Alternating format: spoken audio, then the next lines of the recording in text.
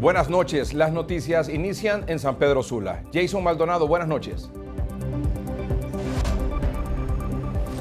Buenas noches, licenciado Edgardo Melgar, televidente de Noticieros Hoy Mismo. Imparables los accidentes vehiculares aquí en la zona norte de nuestro país.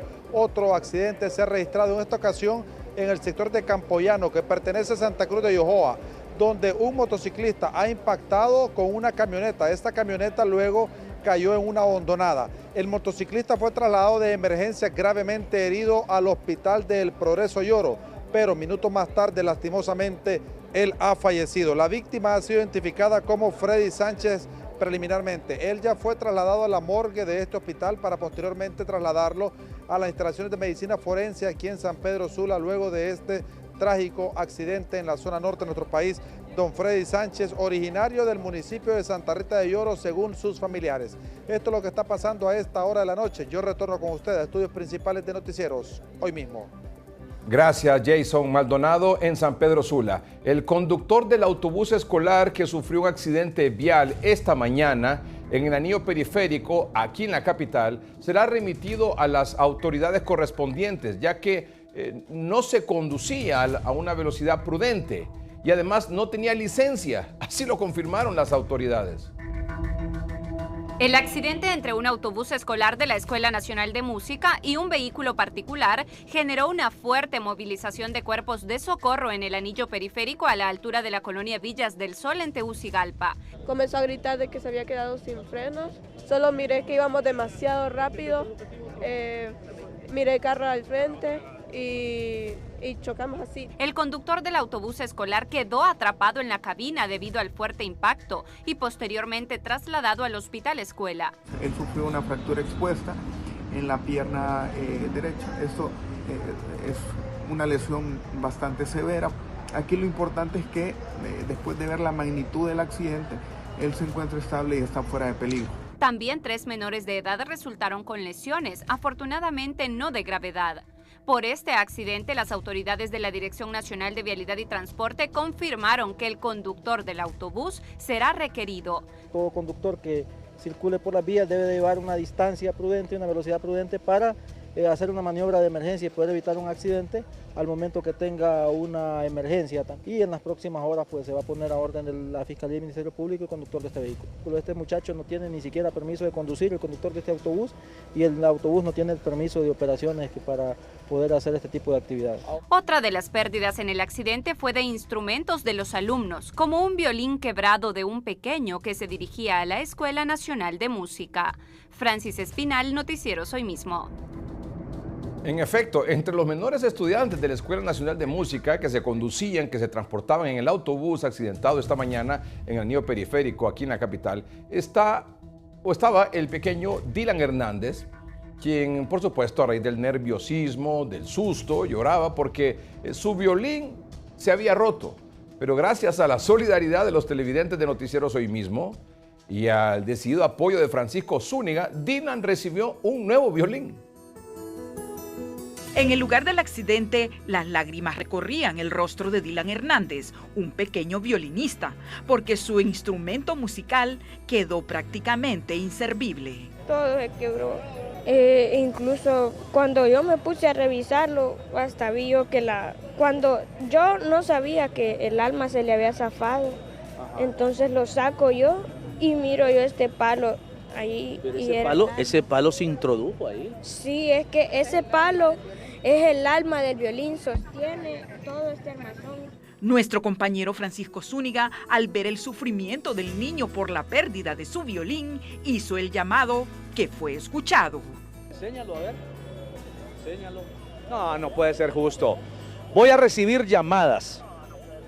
Alguien que me regale un violín, pero ya, para este niño. Las cosas tan interesantes. El sabor a vida. Aquí está. Aquí está. Dylan va a estrenar violín. En la casa de Dylan, la alegría fue más que evidente al recibir el violín donado por televidentes de Noticieros Hoy Mismo.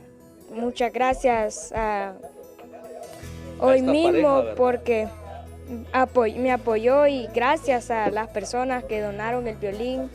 Al igual que Dylan, muchos de sus compañeros perdieron sus instrumentos musicales y, como siempre, solidarios con las causas nobles, esperamos el apoyo de nuestros televidentes para ayudar a estos futuros profesionales de la música.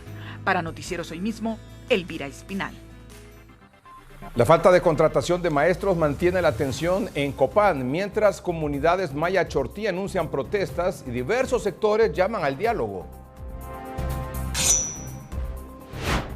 Buenas noches, licenciado Edgardo Melgar, amigos televidentes de Noticieros Hoy Mismo, edición estelar. El pueblo Maya Chortí de la zona de Copán Ruinas amenazó en las últimas horas con tomarse el parque arqueológico si las autoridades de educación no firman los contratos a los maestros de los pueblos a los cuales ellos pertenecen. Hemos dialogado con el alcalde municipal de ese término, el ingeniero Mauricio Arias, quien dice que la generalidad de la población no está de acuerdo con esta determinación. Escuchémosle a continuación. Esta amenaza viene a raíz de un problema en educación, donde están las instancias y canales correspondientes para poderlo evacuar.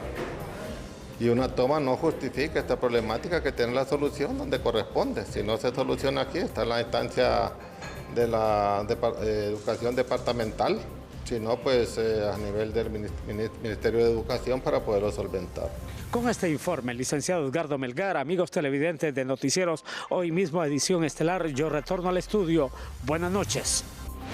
Buenas noches, licenciado Edgardo Melgar, un placer saludarle desde la ciudad de Catacamas. Óigame, terrible, la emergencia de dengue, los casos de dengue han colapsado el Hospital Hermano Pedro, que ha tenido que cancelar otras atenciones. Ha mandado un comunicado a la comunidad colapsado. De 12 pacientes que tienen que atender, están atendiendo más de 40 usted.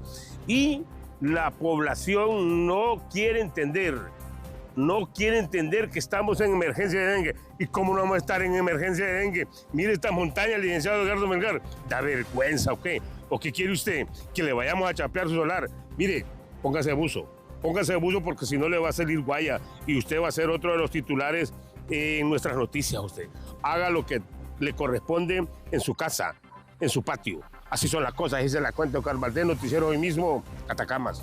La Comisión Nacional de Bancos y Seguros iniciará la próxima semana la supervisión in situ del Banco Nacional de Desarrollo Agrícola Banadesa para determinar su real situación financiera y administrativa. La noticia económica es presentada por Cooperativa La Guadalupe. Ahorra y gana 3 Suzuki Celerio con depósitos desde 500 lempiras. Cooperativa La Guadalupe, más cerca de ti. La supervisión del Banco Estatal es continua, pero esta vez se hará presencial y profunda y sin ningún tipo de sesgo, según el presidente de la comisión. Este mes de agosto inicia justamente la supervisión de Banadesa. Como toda supervisión tiene su nivel de complejidad, y la institución seguramente que la tiene, ¿no? Tendrá mucho que revisarse por parte de los supervisores que están enviados, tanto en la supervisión in situ como en la documentación que se llevan para ser analizada posteriormente. Uno de los puntos débiles de Banadesa es el índice de mora, que alcanza el 50.4% de una cartera total de 6.355 millones de lempiras. La mora es relativamente elevada en relación a otras instituciones del sistema financiero, y precisamente por eso vamos a ir a valorar desde que se origina el crédito hasta todo el proceso de crédito para evaluar y a raíz de eso se emiten recomendaciones. Este productor agrícola considera que es necesario contarle las costillas a Banadesa. Necesario en el tema de regulación y específicamente supervisión. Hemos escuchado cosas no buenas del banco administrativamente hablando, y es necesario que de una vez por todas se pudieran corregir estos problemas. Las condonaciones de deuda en el pasado han debilitado las finanzas de Banadesa, limitando su capacidad de recuperar recursos para seguir financiando al sector agropecuario nacional. Eddie Quintero, Noticieros Hoy Mismo. La agrupación de microbiólogos propietarios de laboratorios privados de Honduras envió una carta pública al presidente Asfura, donde le solicita revisar y revertir varias medidas administrativas que fueron implementadas en el gobierno anterior y que afectan su rubro. Desde el año 2022 nosotros hemos sufrido una reclasificación en la emisión de nuestras licencias sanitarias. De nivel 1 a 2 a 3, la mayoría de los laboratorios se han convertido en nivel 3. Esto lleva a que los trámites se tienen que hacer a nivel central, acá en Tegucigalpa, y esto conlleva a que los incrementos de este trámite sean más elevados, llevando a los laboratorios pues a demorar la licencia, a obtener estas licencias sanitarias en tiempo y forma. De lo que estamos solicitando es que se revisen estas medidas administrativas para que podamos llegar a un acuerdo y demorar que estos trámites sean más expeditos acá en Tegucigalpa. ¿Por qué se realizó esa reclasificación? La verdad es que fue un evento que por las mismas situaciones que se han dado en el país de laboratorios que no funcionan de manera legal, pues entonces la autoridad ha dado esa emisión de nuevas categorías para poder controlar ciertas irregularidades que se dan. Pero la verdad es que sí nos ha afectado bastante en ese sentido, ¿verdad? En ningún momento nosotros estamos diciendo que no vamos a cumplir esas medidas, pero que sí sean en mejor tiempo. Ante el incremento de la delincuencia, autoridades del mercado de la terminal en Danlí, El Paraíso, endurecen las medidas de seguridad precisamente para proteger a comerciantes y clientes. Buenas noches, licenciado Melgar y a todo el auditorio de Noticieros Hoy Mismo. La Junta Directiva del Mercado Municipal de la Terminal en Danlí ha decidido que no permitirán el ingreso de clientes con cascos al establecimiento, esto en prevención de seguridad, debido a que en los últimos días pues se han incrementado los robos y estos utilizan lo que son cascos para asaltar. Es por eso que se ha tomado esta decisión. Escuchemos a Dalila Amador, quien es secretaria de la Junta del Mercado Municipal de la Terminal de Danlí. Hemos tomado las medidas de seguridad de que no dejar entrar a ninguna persona con cascos puestos en la cabeza. Vamos a poner rótulos en todas las entradas del mercado y vamos a poner, estamos ya instalando cámaras. Vamos a hacer una serie de reglamentos para tratar de nosotros resguardar el mercado. Los locatarios han lamentado la muerte del propietario del agente bancario que fue presa de asaltantes que utilizaban casco y por ende pues también se va a estar socializando la implementación de cámaras de seguridad en la misma. En cámaras de Lilian Zunigato, retorno con usted a estudios principales. Autoridades policiales destacan una reducción en los homicidios registrados durante este año en Santa Bárbara en comparación en este mismo periodo en 2025. Ahí está Alexis Gutiérrez. Buenas noches, licenciado Edgardo Melgar. Es un gusto saludarle. Sobre la reducción de homicidios en los sectores de responsabilidad de la regional número 9 de la Policía Nacional, se refiere a continuación el comisionado de policía Adolfo Ordóñez Bardales. La gloria y la honra al Señor por los resultados que hemos tenido en toda la regional. Tenemos alrededor de una reducción de 33 homicidios menos en relación al año pasado. Esto corresponde a toda la regional. Licenciado Edgardo Melgar, esto es lo que le puedo informar desde el departamento de Santa Bárbara. Retorno con usted hasta los estudios principales de Noticieros Hoy Mismo, en Tegucigalpa. La audiencia de declaración de imputado del ex jefe del Estado Mayor Conjunto de las Fuerzas Armadas, Roosevelt Hernández, prevista para mañana viernes en los tribunales de justicia, ha sido reprogramada. Ha sido suspendida para mañana y será reprogramada. Vamos con los detalles de la información con Olman Uclés. Olman, buenas noches. Gracias, buenas noches, licenciado, buenas noches, Honduras, y tal como usted lo apunta, licenciado, esta audiencia que estaba fijada para mañana a las 10:30 de la mañana para que se celebrara en el Juzgado de Letras de Francisco Morazán ha sido suspendida, y ha sido suspendida porque su equipo de defensa ha logrado acreditar ante esta judicatura del Poder Judicial que ya tenía compromisos previos que atender justamente en la Corte Suprema de Justicia, y es por ello que no puede acompañar la audiencia de declaración de imputado que había sido incoada y programada para o en contra del ex jefe del Estado Mayor Conjunto, el general en condición ahora de retiro, Roosevelt Hernández. Hay que recordar, licenciado, que este requerimiento fiscal ha sido librado por el Ministerio Público en contra del ex jerarca militar luego de supuestos delitos derivados de señalamientos violatorios a la libertad de expresión en contra de 4 periodistas y que fueron publicados en medios digitales de los portales de las Fuerzas Armadas de Honduras. Así es que nos mantenemos pendientes de la reprogramación, licenciado, porque hasta este momento no se ha definido la fecha. Lo que sí es que la audiencia de declaración de imputado ha sido suspendida y ya no se celebrará el día de mañana tal y como se había informado. Licenciado. Gracias, Olman Uclés, por la información. Organizaciones defensoras de derechos humanos condenaron lo que califican como una estrategia dilatoria del ex jefe del Estado Mayor Conjunto de las Fuerzas Armadas, Roosevelt Hernández, a través de su defensa legal, para retrasar el proceso penal que enfrenta o que debe enfrentar por estos delitos contra la libertad de expresión en perjuicio de varios periodistas. ¿Por qué? Por 2 razones. En primer lugar, porque la defensa de Roosevelt presentó hoy una solicitud de que se suspenda la audiencia prevista para mañana. Que no es que se fijó ayer ni el día antes de ayer, o sea, ya día está fijada esa audiencia para mañana, viernes 7.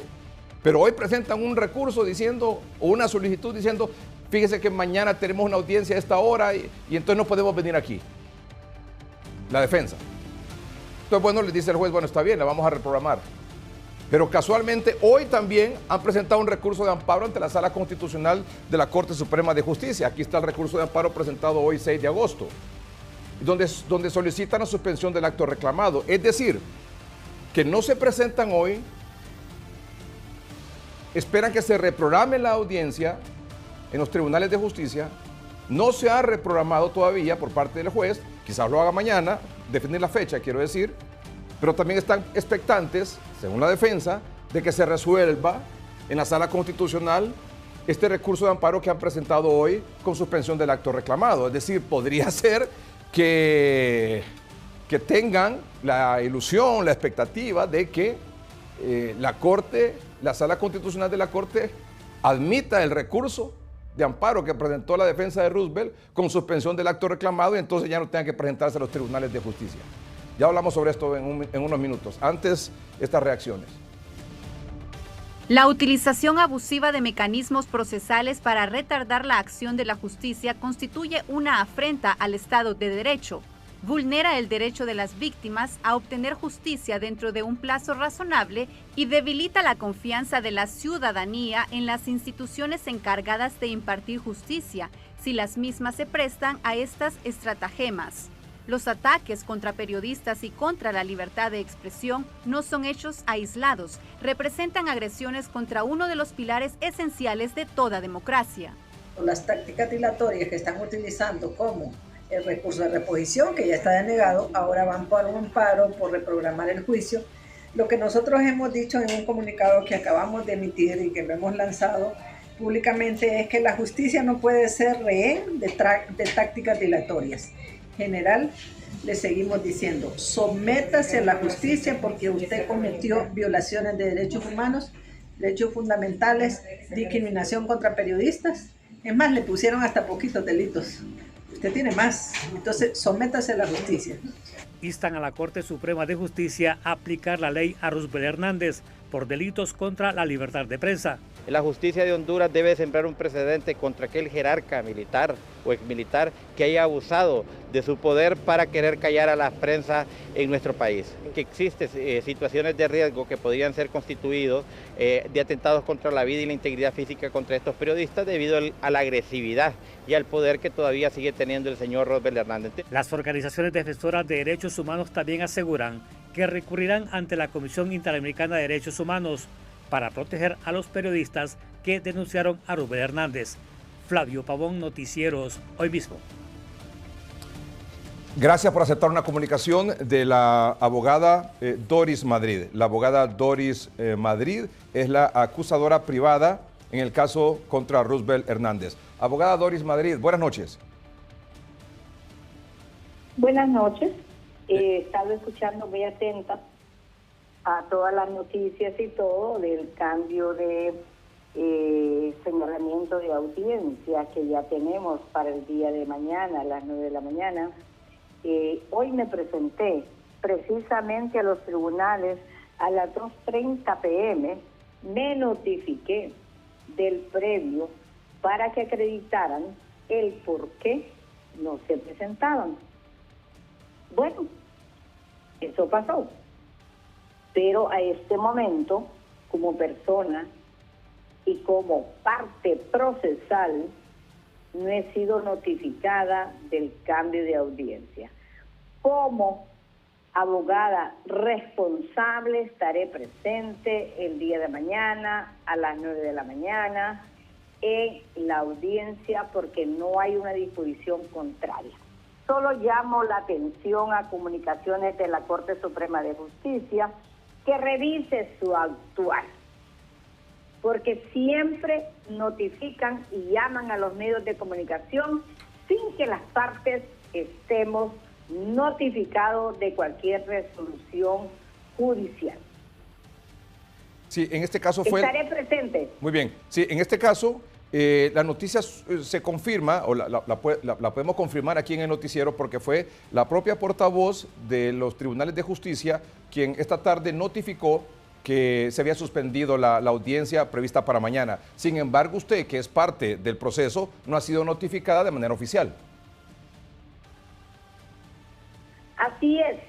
No he sido notificada oficialmente y es un irrespeto del mismo Poder Judicial de emitir comunicaciones para que se informe el público en general sin que las partes intervinientes en el proceso no estamos notificados. Su servidora, y también he estado presente, vengo de los tribunales de la Granja, ni el Ministerio Público está notificado de que hay cambio de audiencia. Es un irrespeto por parte del Poder Judicial. O sea, abogada, que usted mañana, abogada Doris Imelda Madrid, usted va a estar mañana ahí y seguramente el Ministerio Público también. Así es.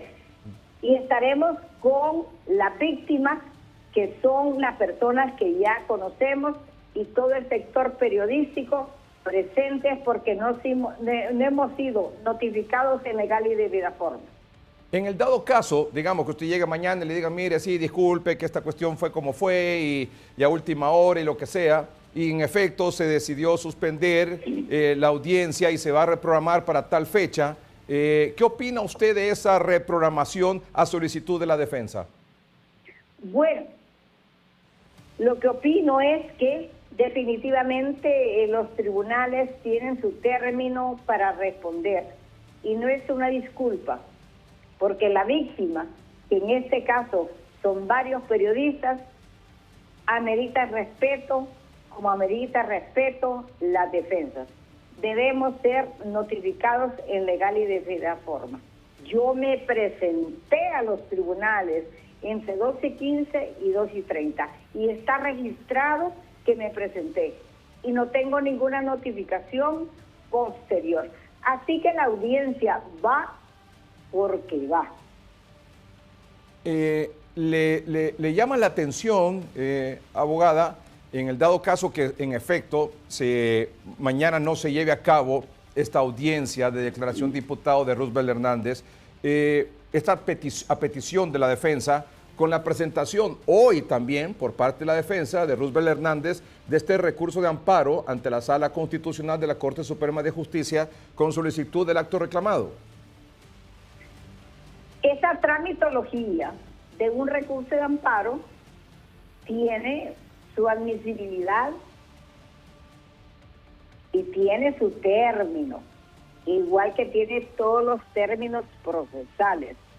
Vamos a esperar esos términos procesales, pero la convocatoria de un juez conforme a su autoridad es que mañana a las 9 de la mañana en la audiencia, y estaremos presentes ahí para que se celebre la audiencia. Y esto más, lamento mucho que no han sido ni siquiera citadas las víctimas que ya han sido mencionadas y no voy a entrar en ese tema. Claro. Por ejemplo, si no se lleva a cabo esta audiencia, porque le manifiesto que la propia portavoz de los tribunales de justicia manifestó que el abogado defensor de Roosevelt dijo, mire, yo tengo otra audiencia ya prevista mañana en la Corte Suprema de Justicia a esta misma hora y entonces no puedo acudir a esta audiencia con Roosevelt, entonces por favor reprográmela. Y la portavoz del Poder Judicial de los tribunales de justicia dijo, sí, lo vamos a reprogramar. Bueno, que el juez había aceptado reprogramarla, no ha definido fecha. Pero si en ese interín la Sala Constitucional llegara a aceptar o admitir este recurso de amparo con suspensión del acto reclamado, ya no tendría que presentarse Roosevelt a los tribunales. Bueno, es un exceso de la Dirección de Comunicaciones a través de su portavoz. Tratar de enviar comunicaciones que no estén autorizadas. Una. Número 2, si en ese ínterin la Corte Suprema, a través de lo que es la Sala Constitucional, suspende, yo soy respetuosa de la ley y debo acatar a la hora que debo presentarme. Pero yo le digo a mis representados y a la población en general que debemos presentarnos. La Dirección de Comunicación de la Corte de Suprema Justicia debe revisar su actuar. Sí. Ahora, solo para el aporte técnico suyo, por su experiencia y conocimiento, en el escenario de que la Sala Constitucional admita este recurso de amparo presentado hoy por la defensa de Roosevelt Hernández y lo admita con suspensión del acto reclamado, ¿esto evita que Roosevelt se presente a los tribunales de justicia?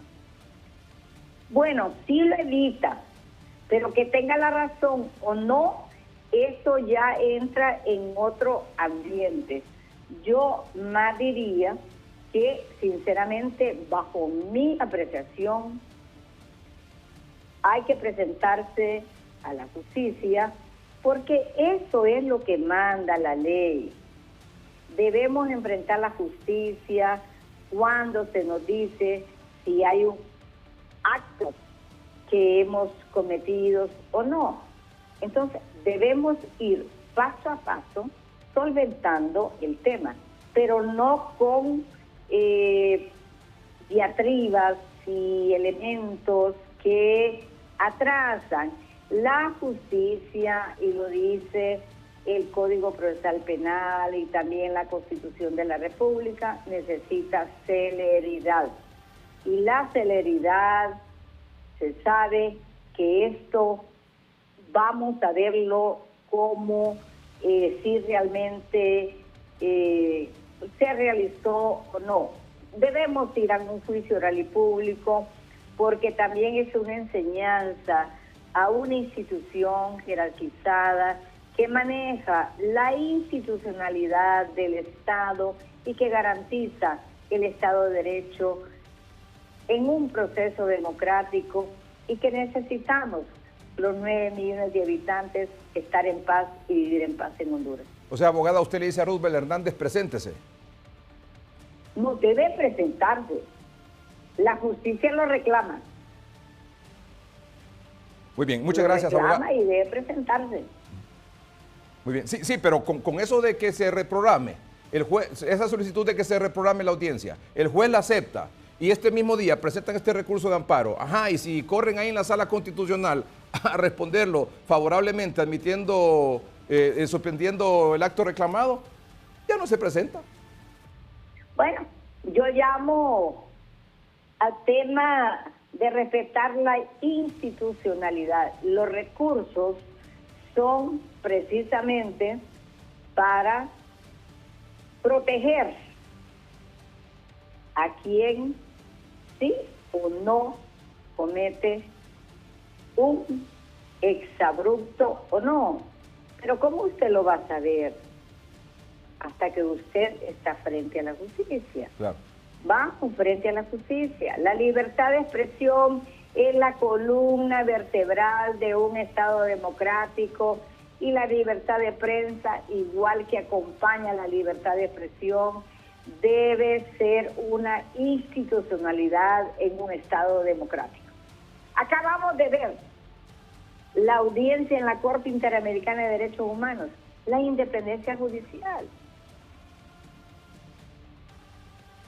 Muy bien. Vamos hacia adelante. Muy bien. Porque puede ocurrir también el escenario. Establecer un Estado democrático. Claro, y sentar precedentes en cuanto a que desde la misma institucionalidad, desde el mismo instituciones del Estado, se pretenda coartar la libertad de expresión y la libertad de prensa. Y lo otro es que puede ser también el escenario que la Sala Constitucional rechace este recurso de amparo o lo admita sin suspensión del acto reclamado y el señor tiene que presentarse a los tribunales.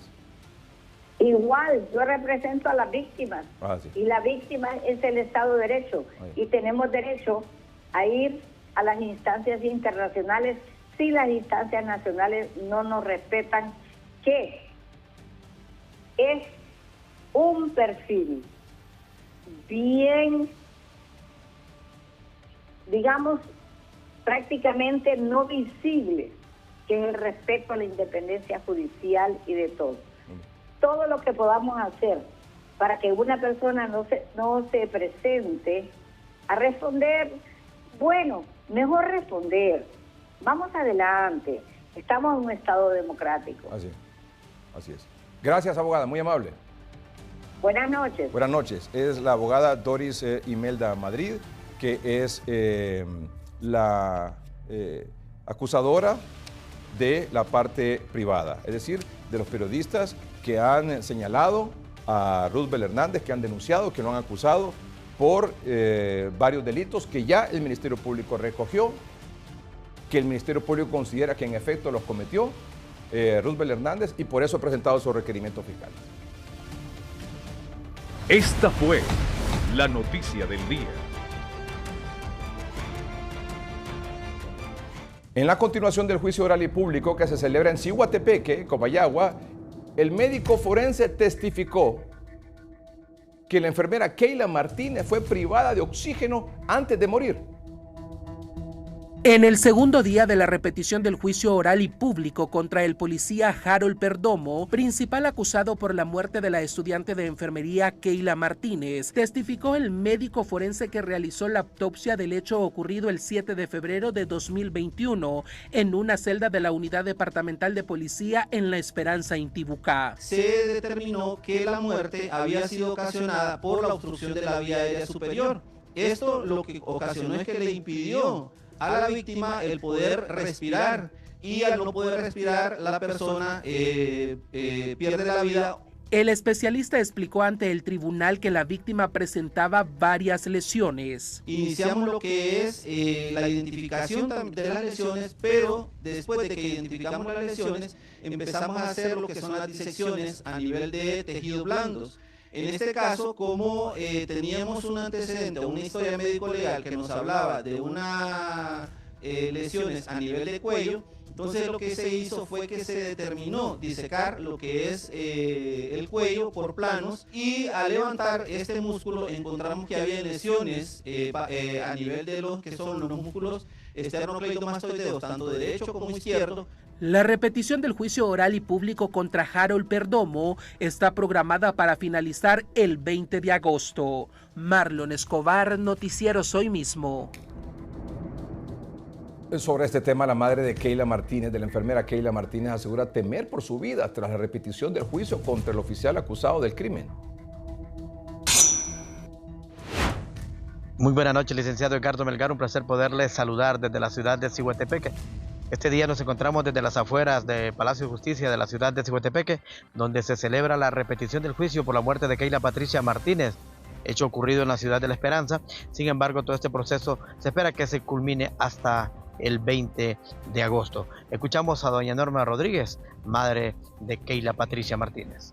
Pues esperemos de que los jueces pues actúen esta vez con transparencia y con ética profesional más que todo. ¿Teme por su vida usted, doña Norma?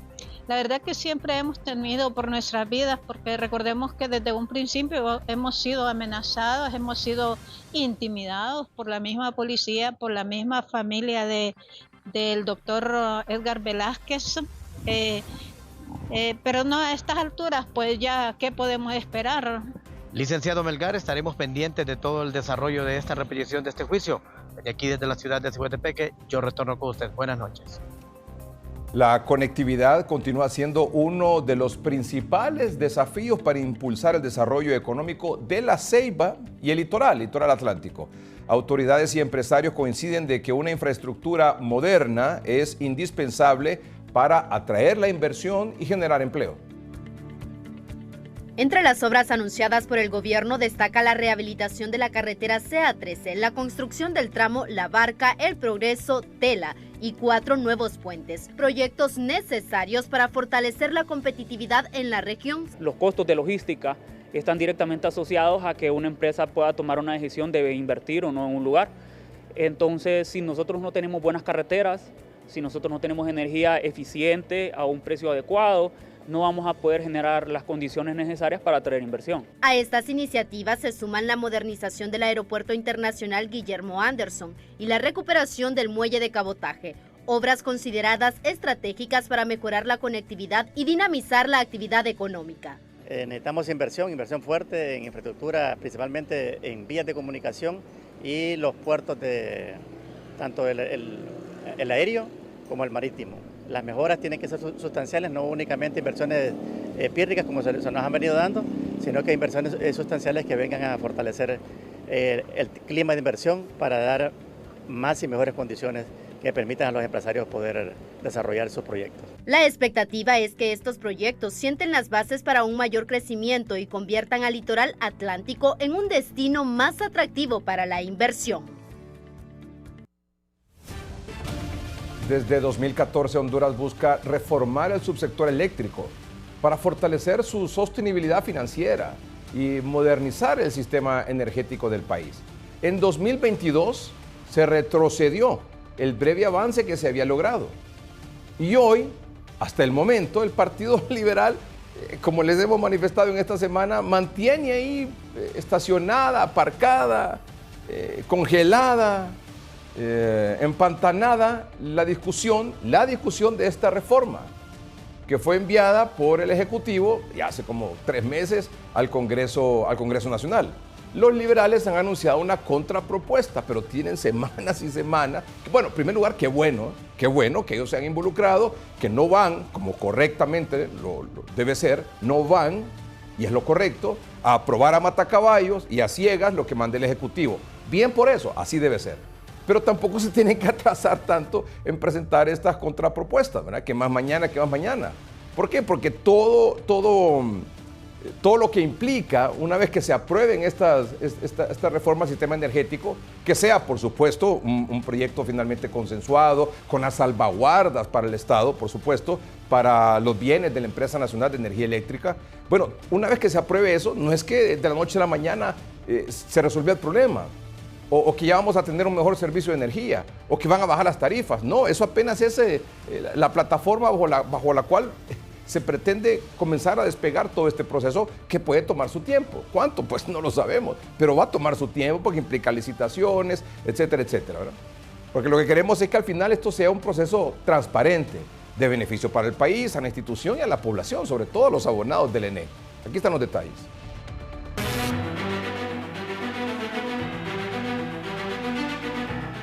En enero de 2014, el Congreso Nacional aprobó la Ley General de la Industria Eléctrica de Honduras, donde se instruyó la separación de la Empresa Nacional de Energía Eléctrica en 3 unidades autónomas: generación, transmisión y distribución de energía eléctrica.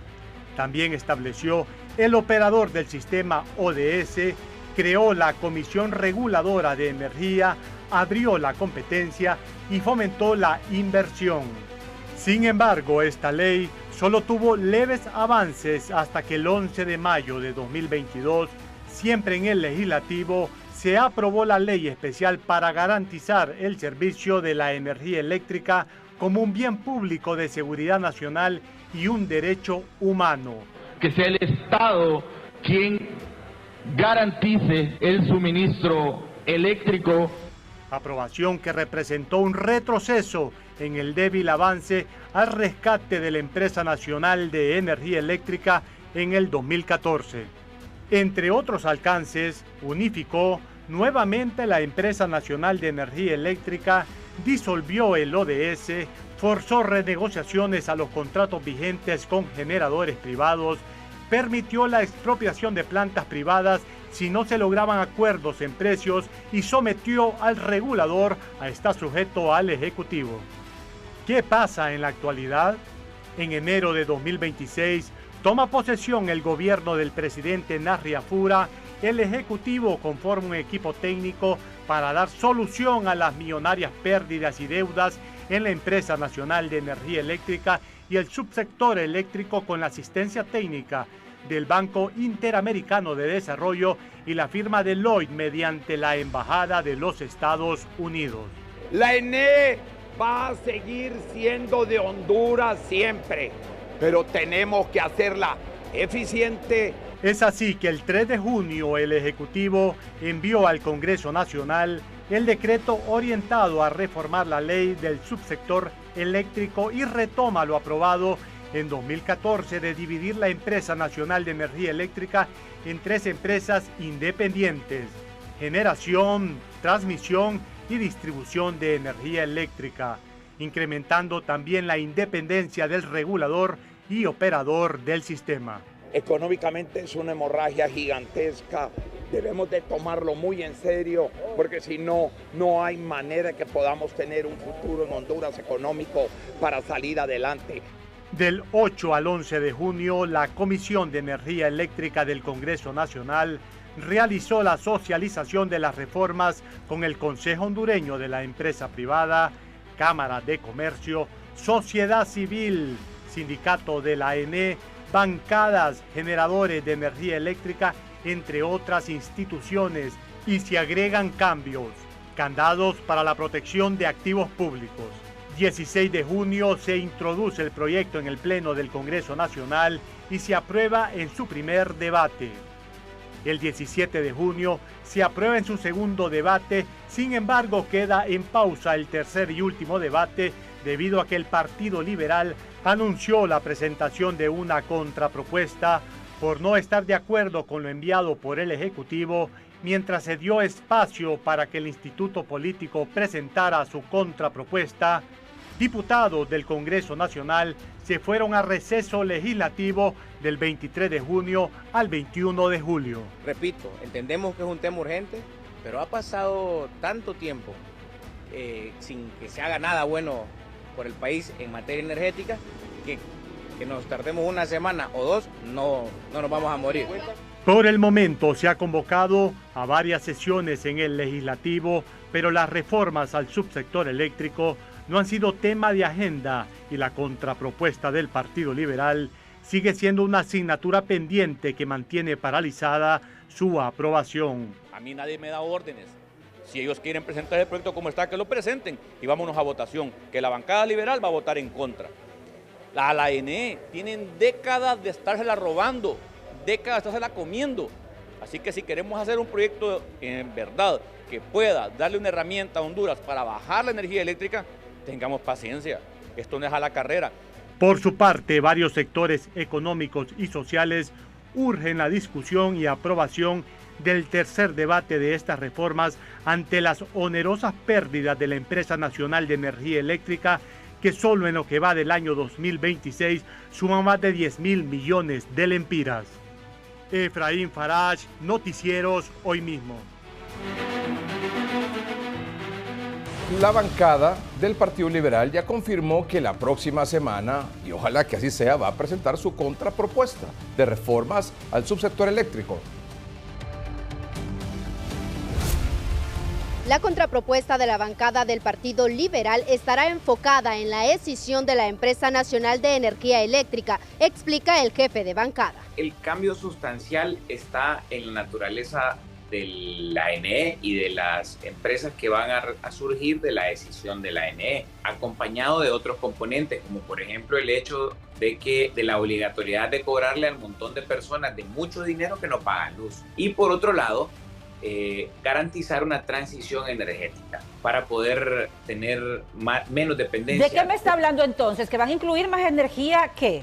Porque tenemos renovable. ¿Van entonces a pedir incentivos para aquellos que van a generar esta energía renovable para hacer este cambio de matriz energética o no?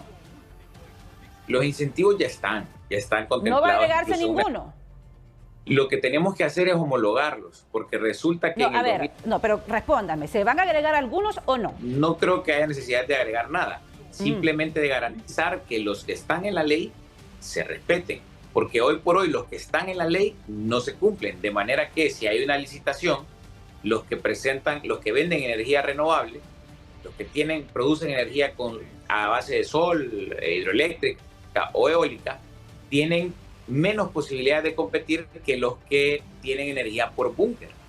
Y por ejemplo, ahí tenemos un problema, porque el gobierno tiene que estar pagando una planta a los generadores de búnker que esté ahí con el sol, con el diésel tan caro, aunque no se esté usando, por si falla, por ejemplo, ¿verdad? Esas son cosas que no van a pasar si nosotros hacemos la transición energética a una energía renovable. En consecuencia, lo que queremos es garantizar el cumplimiento de una ley que existe desde 2007, pero que entró en choque con una ley aprobada en el 2014. Y entonces, como está esa diferencia, ya las personas que producen energía renovable tienen problemas a la hora de competir en una licitación. Entonces, ¿sí me está diciendo, va a haber algún tipo de beneficio para aquellos productores de energía renovable? Los beneficios ya están en la ley, les repito. Lo que pasa es que no se los están valiendo. Entonces, lo que van a ver son garantías para que puedan utilizarse estos beneficios y que puedan competir en igualdad de condiciones los renovables con los térmicos. Mientras se sigue esperando la contrapropuesta de la bancada del Partido Liberal, el país pierde todos los días alrededor de 50 millones de lempiras, además de oportunidades de inversión nacional e internacional, afectando a empresas, negocios y hogares. Ruth Muñoz, Noticiero Soy Mismo. Olman Unclés con un par de reacciones más sobre el tema. Licenciado, y es que al ir conociendo todo lo que va aconteciendo en relación a la posible aprobación de esta reforma, los expertos advierten que se debe de aprobar el marco legal, que es lo primero, porque en este momento no se debe de estar hablando ni de incentivos y mucho menos de beneficios en específico para ningún sector. Escuchemos a Juan Carlos Rodríguez. Creo que el problema mayor es que el Partido Liberal lo que está haciendo es tratando de repotenciar a los renovables y no está viendo que cada día que pasa los bolsillos de los hondureños estamos pagando las pérdidas. Yo creo que en esta ley en esta reforma de la ley no puede haber ya más incentivos ni exoneraciones ni nada. Esa es cosa aparte que tendrá que verse con cada contrato que se vaya dando. Pero definitivamente es tiempo de volver a entender que entre más tiempo pasa, bueno, de hecho los liberales ya tienen, ¿hace cuánto de estar ofreciendo la próxima semana y ya tenemos más de un mes de estar esperando esa próxima semana? ¿Por qué? Porque están jugando al beneficio de los renovables. Yo creo que aquí no es de ver el beneficio de ningún sector, sino que el beneficio de Honduras.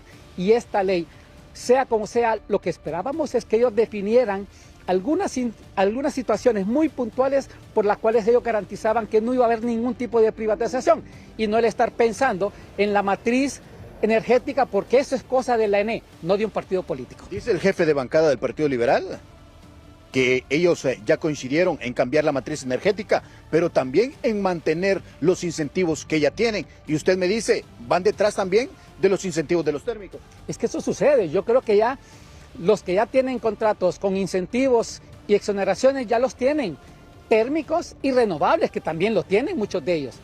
Ahora quieren que los posibles contratos futuros lo tengan. Eso será otra negociación aparte que se dará con las licitaciones próximas, si a un caso. Pero no podemos estar atrasando esto de mejorar las condiciones que cada día que pasa es un problema para Honduras, solamente por estar buscando un beneficio para un sector. El beneficio tiene que ser para Honduras y únicamente para Honduras. Yo creo que aquí el diputado Calix va detrás de algo. Y este otro experto, licenciado y pueblo hondureño, también reflexiona que la palabra clave de esta reforma energética no puede ser ningún tipo de palabra que genere incentivo, sino licitaciones que sean públicas, abiertas y transparentes, porque no se pueden mantener incentivos que ya existen porque de lo contrario, la aprobación de esta reforma sería más de lo mismo. Escuchemos. Que se hagan las licitaciones. El país enfrenta una crisis de estar comprando energía cara, térmica, producto que tenemos 16 años sin celebrar una licitación de energía renovable. Y después de la reforma del 2014 a la fecha, una sola licitación ha habido y fue de energía térmica y básicamente fue únicamente para renovar los mismos contratos que ya existían. El tema de incentivos se tiene que focalizar a lo que es la importación del producto. Y esto tiene que ir también en base a una licitación. No podemos poner precios fijos. Hay que hacer una licitación. Guatemala lo acaba de hacer, 1.400 megas, el 70% se adjudicó a proyectos de energía renovable y compitieron renovables contra térmicos. Y el punto fue licitación abierta, competitiva. Y Guatemala ya tiene bien claros los términos de cuáles son a nivel de energía renovable, cuáles son los incentivos que van a lograr. Samuel Rodríguez, licenciado, es experto en temas de energía eléctrica. Muy bien, gracias Olma Monclés con ese aporte de los dos expertos. Y en realidad al final de lo que se trata es que con todos estos procesos que se inician una vez aprobada bajo consenso estas reformas energéticas, todos estos procesos que van a iniciar no sean objeto de sospechas ni de beneficios, por supuesto, a sectores particulares, a grupos económicos puntuales, llámese generadores de energía térmica, llámese generadores de energía renovable. Que los contratos que están actualmente se publiquen y que los nuevos se divulguen ampliamente, para que no haya beneficios para nadie, para que la competencia sea justa y pareja. No hay tiempo para más, solo para agradecer el favor de su atención. Buenas noches y que estén bien.